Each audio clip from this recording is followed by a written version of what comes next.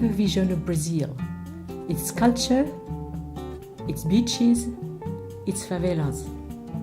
These slum symbols of Brazil, which remains profoundly unequal. The favelas are both archetypes of social disparities and tourist images of the city.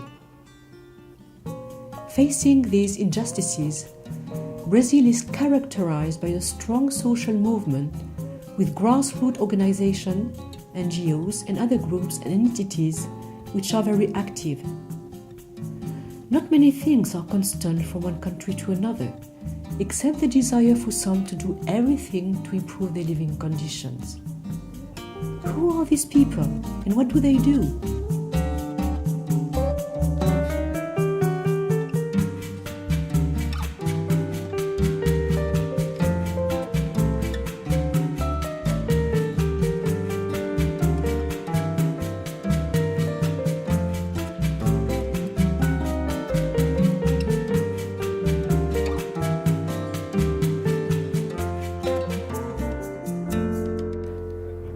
At the heart of our trip, the follow-up to a local association, the CAMPO, a support center for community groups which has for origin a social work carried out in the favela of Rosina by Christian Kammerman.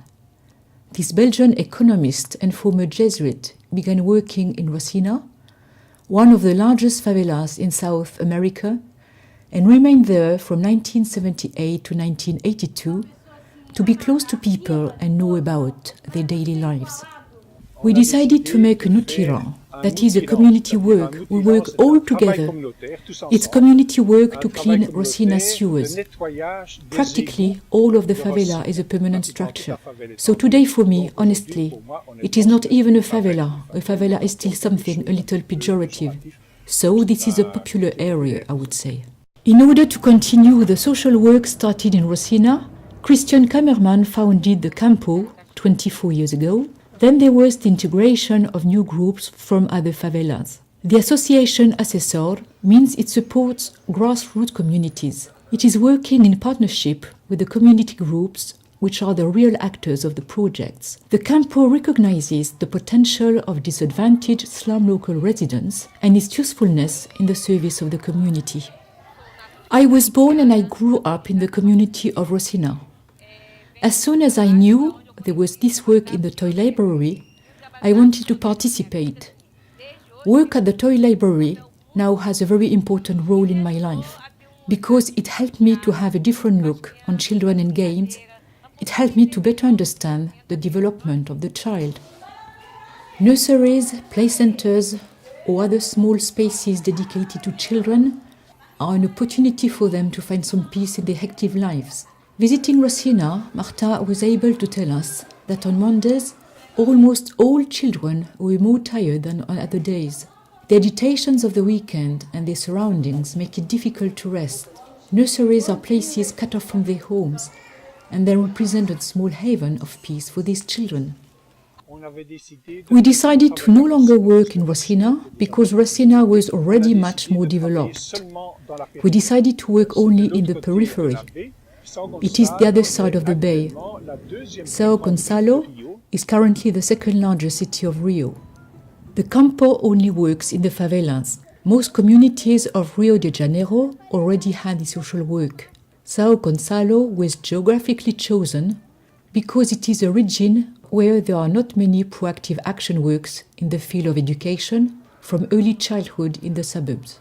The nursery began with 20 children housed in the great room of the Church of São Francisco de Assis. Today the buildings are built and 85 children are registered. The daycare center is 23 years old, and this is my 20th year I have been working there.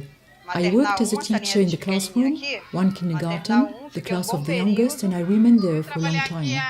I came to work here because I love my job. I have been a teacher for 15 years.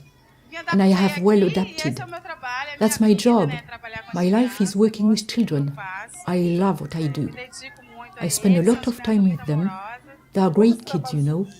This work arose from a need in the community, a request to assist those children who spend their time in the street. The nursery operates from 7 a.m. to 5 p.m. full-time. Children receive 4 meals. The reception is between 7 a.m. and 8:30. There is the reception, organization, breakfast, and then return to class. From 9 to 10:30, there are classroom activities, educational activities that are made with children, and recreational activities in the playground, as you saw. Then the children take a shower and get ready for lunch. Lunch starts at 11 a.m. and ends approximately around noon.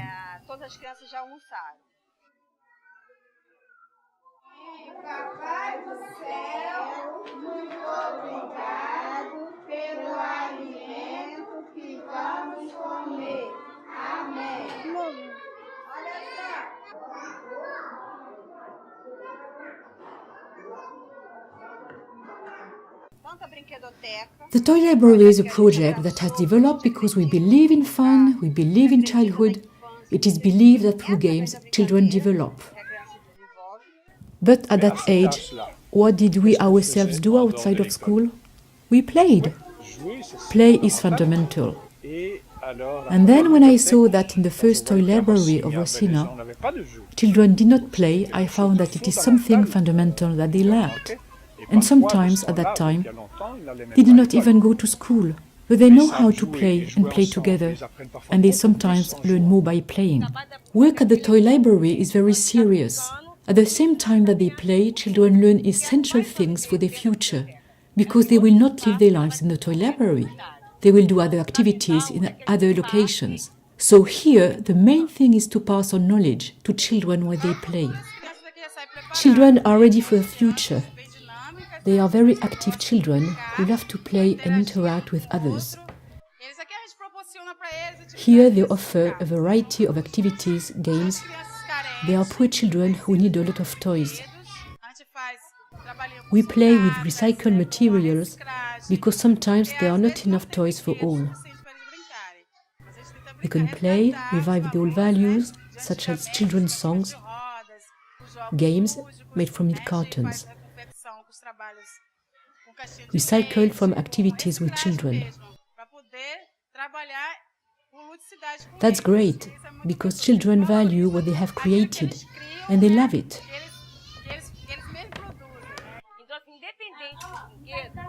Apart from toys, I think the main thing is that the professional stays with the children, because without toys, what counts more is a dynamic and qualified professional. More than 50 families benefit from the daycare center. But the toy library is not just for these children. Other older children are free to come and have fun. Near the daycare center, the building hosts these older children and offers them further educational programs. Whether CAMPO's assessor or not, many people do all they can to animate the community and help take care of children. Parents can work peacefully, knowing that all their children receive education and support. We also have ongoing enhancement of self-esteem to improve the self-esteem of people. People feel more useful, more confident, and that's important. The family is also present. I think one of our biggest struggles is to involve family in the lives of these children. It's a little everyday life. So there is a whole range of activities that improve the confidence of the pupils and make them feel more confident.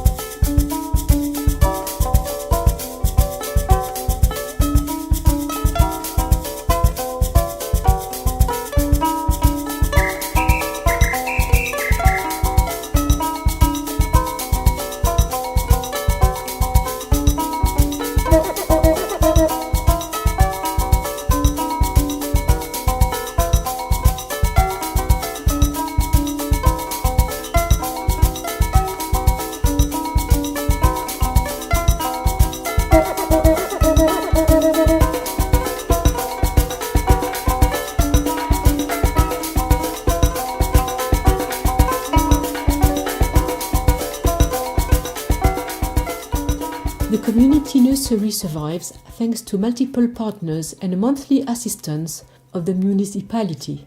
But the whole management belongs to the community. This is what makes it different. It's a group, team management. Our management is participating management, solidarity. These are leaders who do not want to remain confined to a single system. And it is obvious to all that the community plays a decisive role for the nursery and fights for it. As I am of Belgian origin, but have been here 20 years, so basically I am more of a Brazilian. In fact, most of our resources come from Europe. We have a good project in Brazil, but have some difficulty in obtaining Brazilian funds. The NGO has some funds to buy toys, but there are also donations and partnerships involved in this work that develops in the toy library. People in these communities are mobilizing.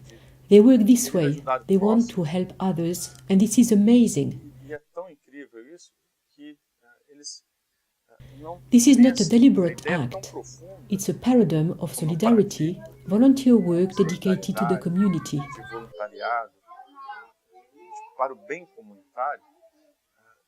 But this work brings them virtually nothing financially. They do it out of devotion, social pleasure to work for the social order, and to help those in need around them.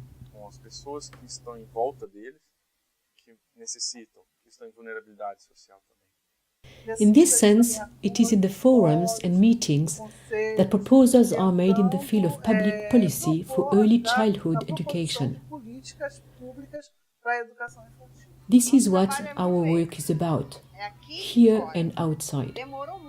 We had to wait a lot to be recognized, but today in São Gonçalo we are already known and recognized by our work. The originality of our work is a work undertaken with children, fully dedicated to children, professionals who work with them, because it is impossible to have a good children's center without also a good team. While our work is a work of arts, it still gives positive results. In addition to nurseries, we always focus on the childcare community, because it is a story we cannot forget. This is a story of struggle, isn't it? Many others have already undertaken this, and as for us, here is what we have come to. What we need to work with these communities is their political strength, reverse this logic. First, we must end corruption in this society.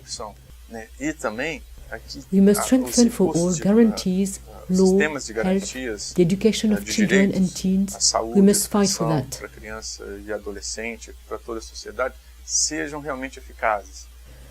There is no corruption in this environment. We must fight to strengthen the property rights of this population. I think that Brazil will then take a new path of development.